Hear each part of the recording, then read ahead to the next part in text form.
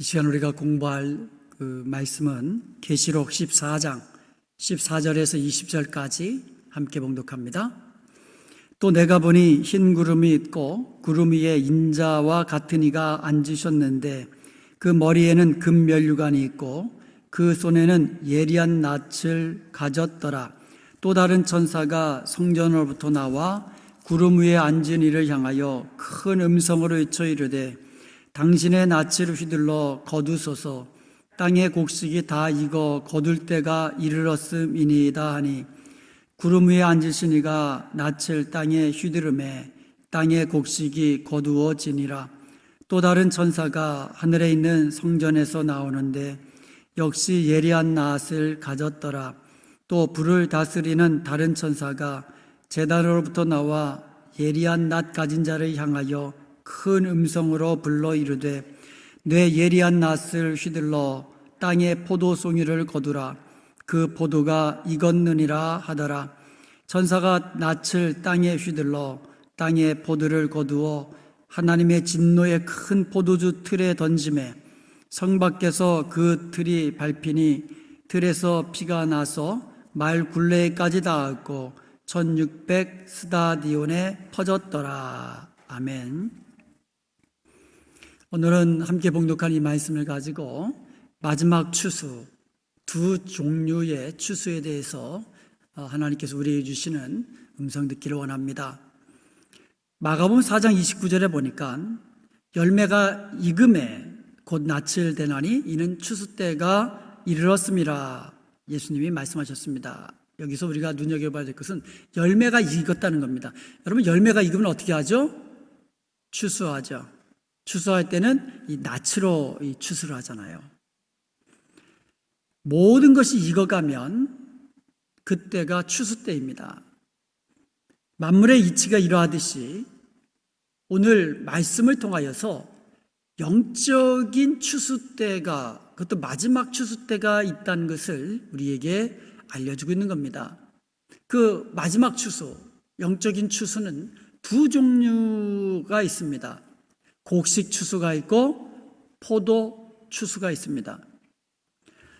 오늘 본문 말씀에 곡식 추수와 포도 추수가 나오는데요. 곡식 추수는 14절에서 16절까지 나오고요. 그 다음에 포도 추수는 17절에서 20절까지 나옵니다. 이 두 가지 종류의 추수는요, 서로 병행을 이루고 있습니다. 한번 우리 도표를 보면서 함께 그 내용을 정리해 보도록 하겠습니다. 14절 상반절에 보면 구름 위에 인자 같은 이가 앉았다 그랬거든요. 이제 곡식 추수는 인자 같은 이가 하는 거고, 그 다음에 이 17절 상반절에 보니까 에이다시죠. 또 다른 천사가 하늘 성전에서 나왔다 그랬습니다. 포도 추수는 또 다른 천사. 그러니까 그 전에 세 다른 천사가 나왔잖아요. 또 다른 천사가 이제 하늘 성전에서 나오는 겁니다. 그리고 이 14절 하반절에 보면 곡식 추수는 그 손에 예리한 낫을 가졌다 그랬는데 포도 추수 역시 예리한 낫을 가졌다. 그리고 C에 보면 다른 천사가 큰 소리를 외칩니다. 그러니까 인자 같은 이가 있고 또 다른 천사가 큰 소리로 외치는 거예요. C-를 보면 18절 상반절인데요. 불을 다스리는 다른 천사가 큰 음성으로 외쳤습니다. 자, 그 음성이 D거든요. 15절 하반절에 보면 당신의 낫을 휘둘러 거두소서. D-도 내 예리한 낫을 휘둘러 땅의 포도송이를 거두라. 내용이 다 비슷하죠. E를 보면 16절에 인자가 낫으로 곡식을 추수했다 이렇게 나왔고요. 이 다시를 보면 이 천사는요 17절에 나와 있는 그 다른 천사를 말하는 거죠. 손에 예리한 낫을 가지고 있는 천사를 말하는 거죠. 그 다른 천사가 낫으로 포도를 거두어서 포도주 틀에 던지는 겁니다. 이처럼 곡식 추수와 포도 추수는요 이 병행을 이루어서 비슷한 내용으로 전개되고 있습니다. 자, 그러면 한 가지씩 좀 더 자세히 살펴보도록 하겠습니다. 자, 곡식 추수는요 요한복음 4장 35절에 보면 눈을 들어 밭을 보매 희어져 추수하게 되었도다. 이게 주님의 말씀이거든요. 그러니까 이 곡식 추수는 심판의 추수가 아니라 구원받은 백성들을 거두어 드리는 그런 추수라는 것을 우리가 알 수 있어요. 마가복음 9장 37절과 38절들을 보면은요, 추수할 것은 많으나 일꾼이 적으니 그러므로 추수하는 주인에게 추수할 일꾼을 보내주소서 하라. 이것도 마찬가지죠. 추수할 것은 많은데 일꾼이 적은 거예요. 익은 곡식이 많이 있는 거예요. 휘어져서. 그것을 거두어 드리는 추수 때를 이야기하는 겁니다. 인자 같은 이는요, 다니엘서 7장 13절에 나와 있는 종말적인 왕적 메시아를 나타내는 말입니다. 그러니까 왕권을 가지고 하나님 나라를 영원토록 이루어가는 그 메시아, 인자 같은 이거든요. 즉 그리스도를 지칭하는 말입니다. 그래서 왕권을 가지고 다스리거든요. 그 머리에 인자 같은 이가 뭘 쓰고 있어요? 금면류관을 이제 쓰고 또 손에는 예리한 낯을 가지고 이제 추수할 준비를 하고 계시는 겁니다. 또 다른 천사가 성전에서 나와서 큰 소리를 외쳤다 그랬습니다. 성전에서 나왔다 그랬어요. 여러분, 성전에, 하나님의 이 성전에서 나왔다는 얘기는 하나님께로부터 보내심을 받았다는 그런 말이거든요. 그래서 지금 추수할 때, 익은 곡식을 거두어 드리는 때, 이 때는 결국은 하나님이 정하신 때라는 것을 알 수가 있어요. 또 하나님이 보내셔서 추수하도록 하는 하나님의 추수의 메시지를 전하는 이제 그 같은 내용이거든요. 뭐라고 전합니까? 당신의 낯을 휘둘러 거두소서 땅의 곡식이 다 익어 거둘 때가 이르렀음이니이다. 거룩하신 하나님의 명령을 받고 추수하는 겁니다.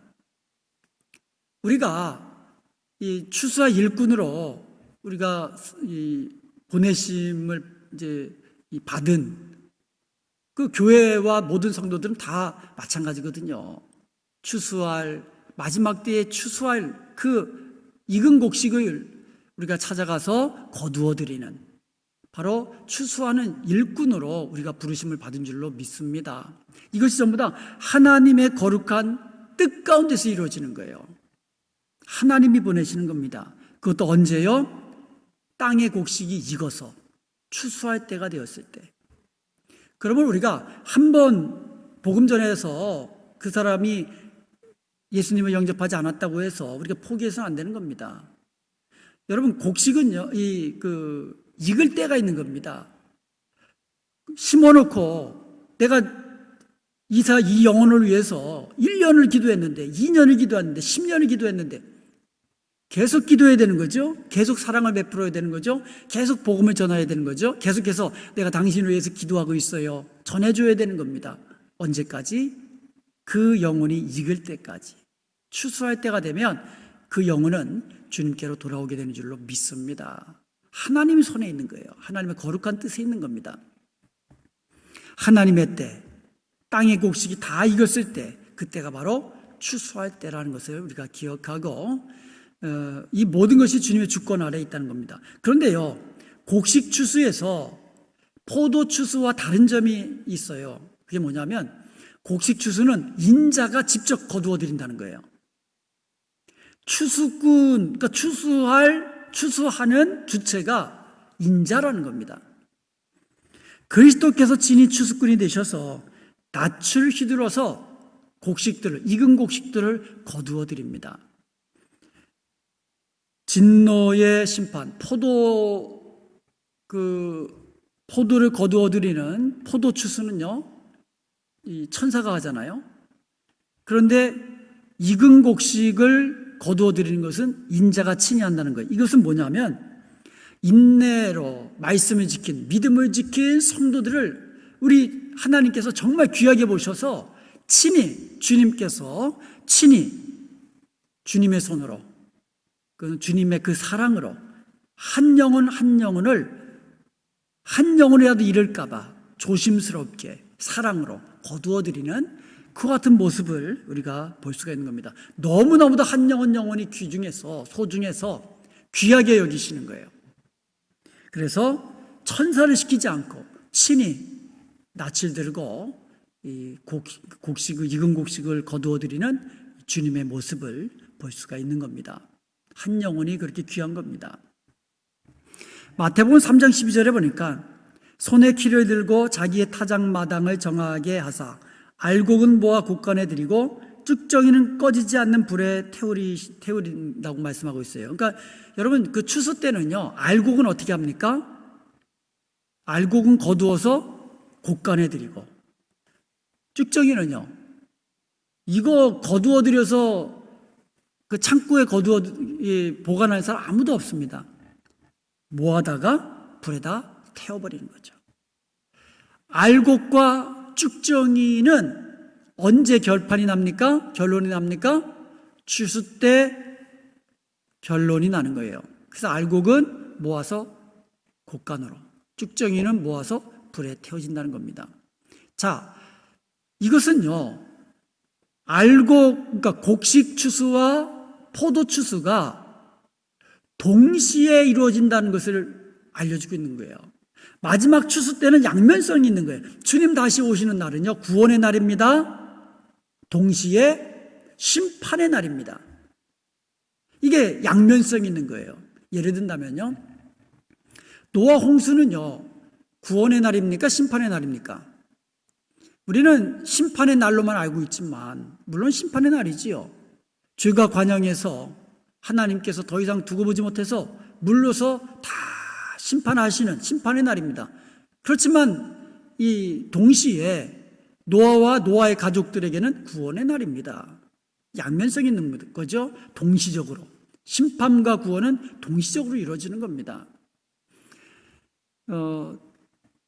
예를 들어서 이스라엘 백성들이 가나안 입성하는 거. 이스라엘 백성들에게는 약속의 땅으로 들어가는 참으로 이 영광의 날이요, 승리의 날이요, 축복의 날이지만, 가나안 땅에 있는 가나안 족속들은 무슨 날이에요? 심판의 날입니다.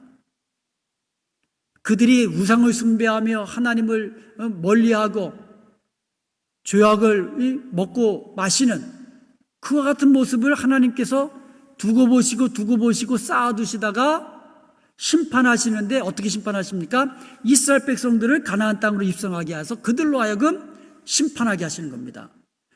구원의 축복과 승리의 축복과 심판이 동시적으로 이루어지는 거예요. 자, 그렇다면 곡식 추수와 포도 추수는 이와 같이 동시성이 있는 겁니다. 마지막 추수는 곡식 추수와 포도 추수 두 종류가 있는 것입니다. 자, 그러면 이번에는 그 심판의 추수, 포도 추수에 대해서 살펴보도록 하겠습니다. 17절부터 20절까지 나오는 내용이죠. 하나님의 심판을 의미한다고 했어요. 포도 추수는 땅에서 거둔 포도가 하나님의 진노의 큰 포도주 틀에 던져집니다. 여러분, 포도가 익었다는 것은요, 심판의 때가 이르렀다는 거죠. 악이 관영했다, 악이 찼다라는 뜻이에요. 그러니까 악이 차면은, 악이 차고 넘치면, 관영하면 하나님의 때가 이르는 겁니다.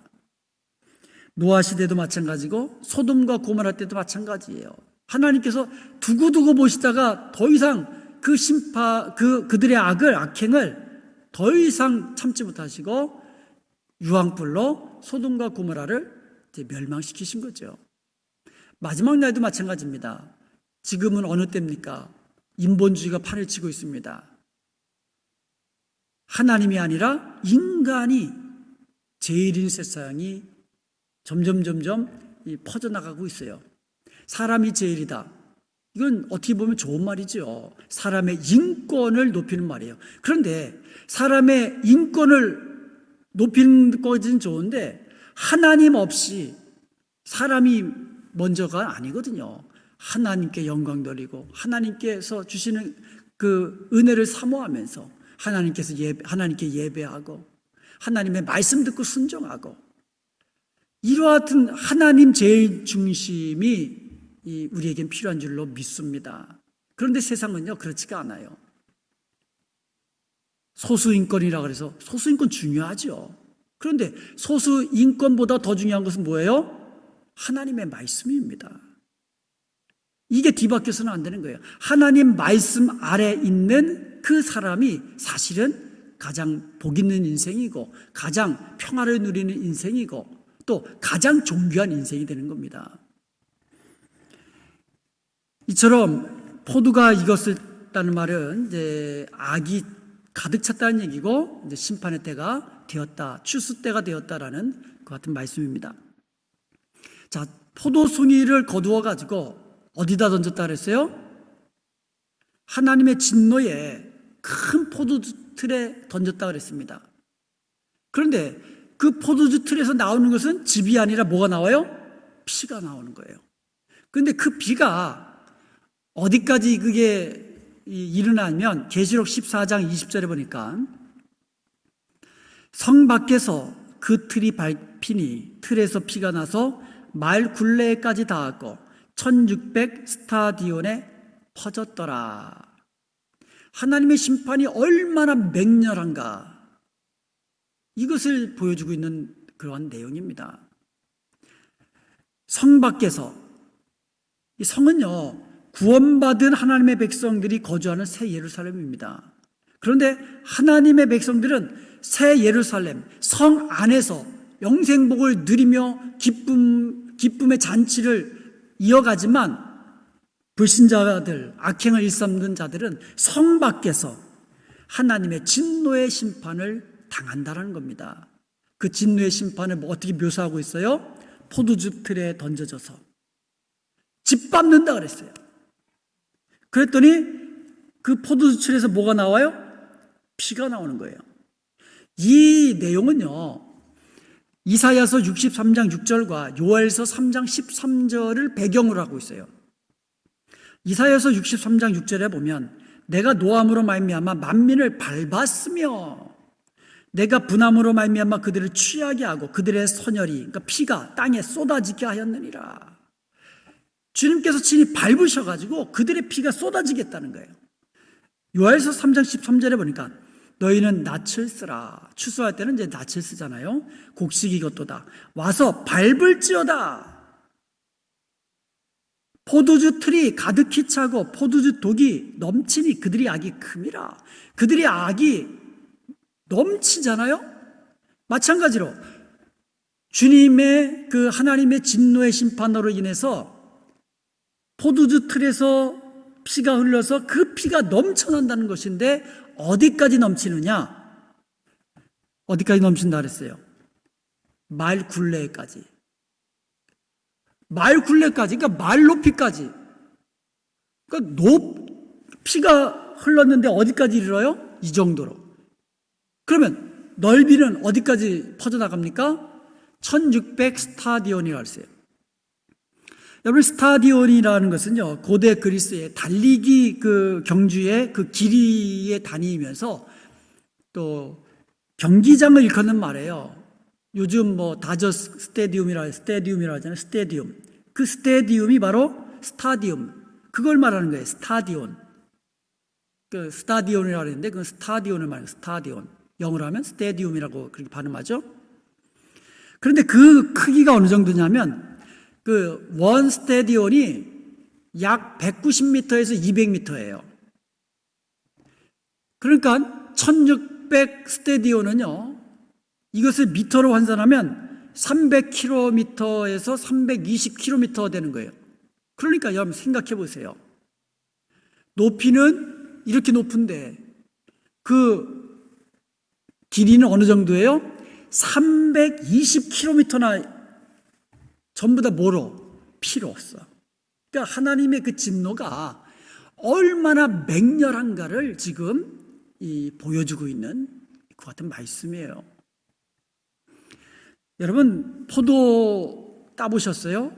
포도밭에서? 제 그 고향이 천안 입장이에요. 그래서 입장 포도, 거봉 유명하잖아요. 그래서 이 큰 집에 가면은 거봉 포도밭이 있어요. 얼마나 맛있는지 몰라요. 근데 그거 딸 때는요, 한 송이라도 땅에 떨어질까봐 조심조심 땁니다. 이런 한 알이라도 떨어져 봐요. 얼마나 아까워요. 그런데 그게 송이채 떨어져 봐요. 그래서 포도 송이를 이렇게 수확할 때에는 정말 정성껏 한 알이라도 떨어질까봐 정성껏 추수하는 것, 그게 정상입니다. 포도를 거둔다고 낯을 휘둘러 가지고 그냥 막, 그것은 뭡니까? 주님께서 한 영혼 한 영혼을 귀하게 여기셔서 주님이 친히 곡식을 거두어 드리는 것과 지금 비교되는 말씀이에요. 전혀 귀하지 않은 거예요. 전혀 귀하지 않은 겁니다. 그래서 낯을 막 휘두르는 겁니다. 그래가지고 다 모아다가 어디다 던져요? 큰 하나님의 진노의 포도주틀에다 던져가지고 발로 막 짓밟는 거예요. 그리고 나서 거기서 즙이 나오는 것이 아니라 피가 쏟아져 나오는데 엄청난 양의 피가 쏟아져 나오는 겁니다. 하나님의 심판이 얼마나 준엄한가, 얼마나 맹렬한가, 하나님의 진노가 얼마나 맹렬한가를 지금 보여주고 계시는 것입니다. 이것이 언제 이루어집니까? 마지막 추수 때에 이와 같은 일들이 일어나는 겁니다. 그런데 여러분, 예수 믿는 성도들은 주님이 직접 거두신다고 그랬어요. 한 영혼도 잃지 않고 하나님께서 친히 귀하게 한 영혼 한 영혼을 모아다가 천국 곳간에 거두어 주시는 것을 믿으시기 바랍니다. 한 영혼도 잃어버리지 않으세요. 그러므로 마지막 추수 때는요, 우리 성도들의 입장에서는요, 두려워할 때가 아니에요. 무슨 때입니까? 구원의 날이요, 축복의 날이요, 기뻐하며 즐거워하는 축제의 날이 되는 줄로 믿습니다. 이것은 하나님께서 보증해 주신 거예요. 요한계시록 14장에는요 신적 수동태가 나옵니다. 이 신적 수동태는요 하나님이 행하시는 구원, 또 심판도 마찬가지고요, 그 하나님이 행하시는 그 구원과 심판의 확실성을 나타내시기 위해서 그 동사를 수동태형으로, 신적인 수동태형으로 사용한다는 거예요. 이것은 무슨 뜻이냐면 하나님이 동사의 행위의 주체세요. 그런데 하나님의 이름이 어떤 그 동사의 주체로서 거명되는 것을 피하기 위해서 행위자를 생략하는 거예요. 그래서 수동태로 사용하는 겁니다. 그러므로 신적 수동태는 행위의 주체가 누구다? 하나님이시다. 이것을 우리가 알면 되겠습니다. 예를 든다면 산상수훈에서 팔복을 이야기하실 때 주님께서 애통하는 자는 복이 있나니 그들이 위로를 받을 것이요, 위로를 받을 것이며, 그들이 위로를 받을 것이며, 이것의 행위의 주체가 뭐예요? 지금 누가 위로하는 건지 빠져 있잖아요. 이게 신적 수동태입니다. 누가 위로하십니까? 하나님이 위로하시는 거예요. 애통하는 자는 위로를 받는 거고, 수동태예요. 애통하는 자는 복이 있는데 위로를 받는 거고, 위로를 하시는 분은 누구예요? 주체는 하나님이시라는 거예요. 이것을 이제 신적 수동태다. 요한 3서 1장 2절에 보면 많은 성도들이 좋아하는 구절이죠. 사랑하는 자여, 내 영혼이 잘된 것 같이 내가 범사여자 되고 강건하기를 내가 강구하노라. 여기서 사랑하는 자여라고 하는데 beloved에 beloved, 사랑받는 자여라는, 사랑받는 자여, beloved. 사랑하는 주체는 누구예요? 하나님이시라는 겁니다. 하나님께 사랑받는 자여, 하나님에 의해 사랑받는 자여라는 뜻이에요. 이게 신적 수동태의 모습입니다. 이런 것이 요한계시록 14장에 세 군데 나옵니다. 첫 번째로 1절에 나오는데요, 1절에 보면 그 이름을 쓴이란 말이에요. 그들의 이마에는 어린 양의 이름과 그 아버지의 이름을 쓴 것이 있다. 이름을 쓰다, 이때 이 쓰다라는 말, write, 쓰다라는 이 말이 이 그라포라고 하는데요, 이 그라포의 신적 수동태형이 사용되어 있어요. 그러니까 그라포는 기록하다라는 뜻인데, 쓰다라는 뜻인데, 여기에 사용된 것은 이것의 신적 수동태, 그것도 이 완료 분사형으로 사용되어 있어요. 완료형으로 이미 기록되어 있다는 거예요. 저와 여러분은요, 이마에 어린 양의 이름과 성부와 하나님의 이름이 인쳐진 줄로 믿습니다. 기록된 줄로 믿습니다. 이미 기록되어 있는 거예요. 완료형입니다. 이게 신적 수동태로 되어 있어요. 이마에 쓰시는 분은 누구예요? 하나님이 쓰시는 거예요. 성령께서 직접 이마에 인치시는 겁니다. 그러므로 하나님 나라의 백성이 되는 것, 하나님의 소유된 백성을 나타내주는 이마에 그 이름을 쓰시며 인치시는 이와 같은 것은 오직 하나님의 능력으로 하나님의 손에 의해서 되어진다는 사실을 강조하고 있는 겁니다. 하나님의 소유된 백성, 이것은 하나님에 의해서 기록된 이름이기 때문에 하나님이 끝까지 그 영혼을 책임지신다는 거예요. 구원이 확실하다는 겁니다. 두 번째 신적 수동태가 나온 구절은요, 3절입니다. 구속함을 얻으란 말이에요. 구속함을, 그러니까 속량함을 받으니거든요. 새 노래를 부르니 땅에서 속량함을 받은 14만 4천. 속량함을 받다. 구속함을 받다, 속량함을 받다 같은 말이거든요. 이것이 그 헬라어로 아구라조입니다. 이 아구라조는 시장에서 값을 지불하고 사다라는 뜻이에요.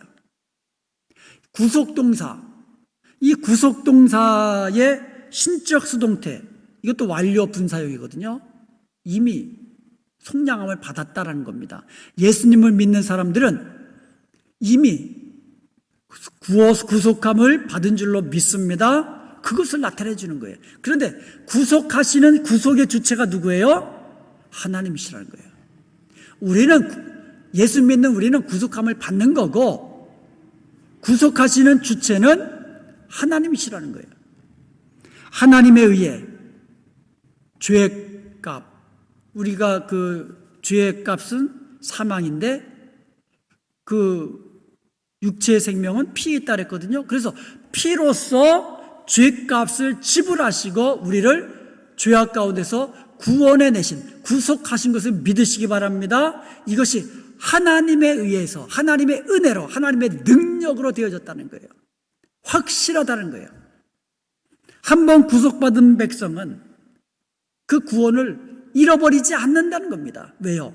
하나님이 구속하셨기 때문에. 세 번째 그 신적 수동태가요, 13절에 나옵니다. 수고를 그치고 쉬리니 그랬거든요. 그들이 수고를 그치고 쉬리니 그랬거든요. 여기서 쉬리니라는 말, 아나파우라는 말이에요. 이 아나파우라는 말은 to give rest, 뭐 take a rest 그런 뜻이거든요. 쉬다, 안식하다라는 뜻입니다. 이것에 신적 수동태가 쓰여졌다는 거예요. 근데 이것은 미래형으로 쓰였습니다. 그러니까 미래형으로 쓰인 것은요, 앞으로 천국에서, 그러니까 우리가 아직 천국에서 영원한 안식 누리고 있지는 않잖아요. 그래서 미래형으로 쓰였잖아요. 앞으로 천국에서 영원한 안식을 누리는 것이 그 누리게 하신 주체가 누구시다? 하나님이시라는 거예요. 그러니까 하나님에 의해서 우리가 앞으로 천국에서 영원한 안식을 반드시 누리게 될 것이다. 이것을 강조하기 위해서 신적 수동태형으로 쓰여진 거라는 겁니다. 어떻습니까? 우리의 구원은 하나님의 은혜로, 하나님의 능력으로 되어진 줄로 믿습니다. 그래서 우리의 구원이 잃어버리지 않는 구원이에요. 그리고 우리는 구원받은 하나님의 백성을 성령께서 이마에 인을 치셨거든요. 하나님이 인치신 겁니다. 하나님의 백성을. 그렇기 때문에 어떤 경우도 소유권이 바뀌지를 않아요. 사탄이 와가지고 이거 내 거야, 소용없어요. 이마에 인치신 하나님의 그 인치심은 변함이 없는 영원한 것이거든요. 영원한 효력을 가지는 것이거든요. 그 소유권은 하나님의 소유이기 때문에 바뀌지 않고 빼앗기지 않는 것을 믿으시기 바랍니다.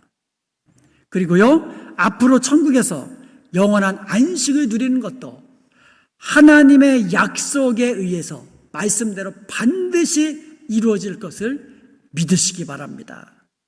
이것을 요한계시록 14장에서 계속 반복해서 우리에게 알려주고 있는 겁니다. 왜 이렇게 우리의 구원이 확실하다는 것을 왜 이렇게 반복해서 알려주고 있을까요?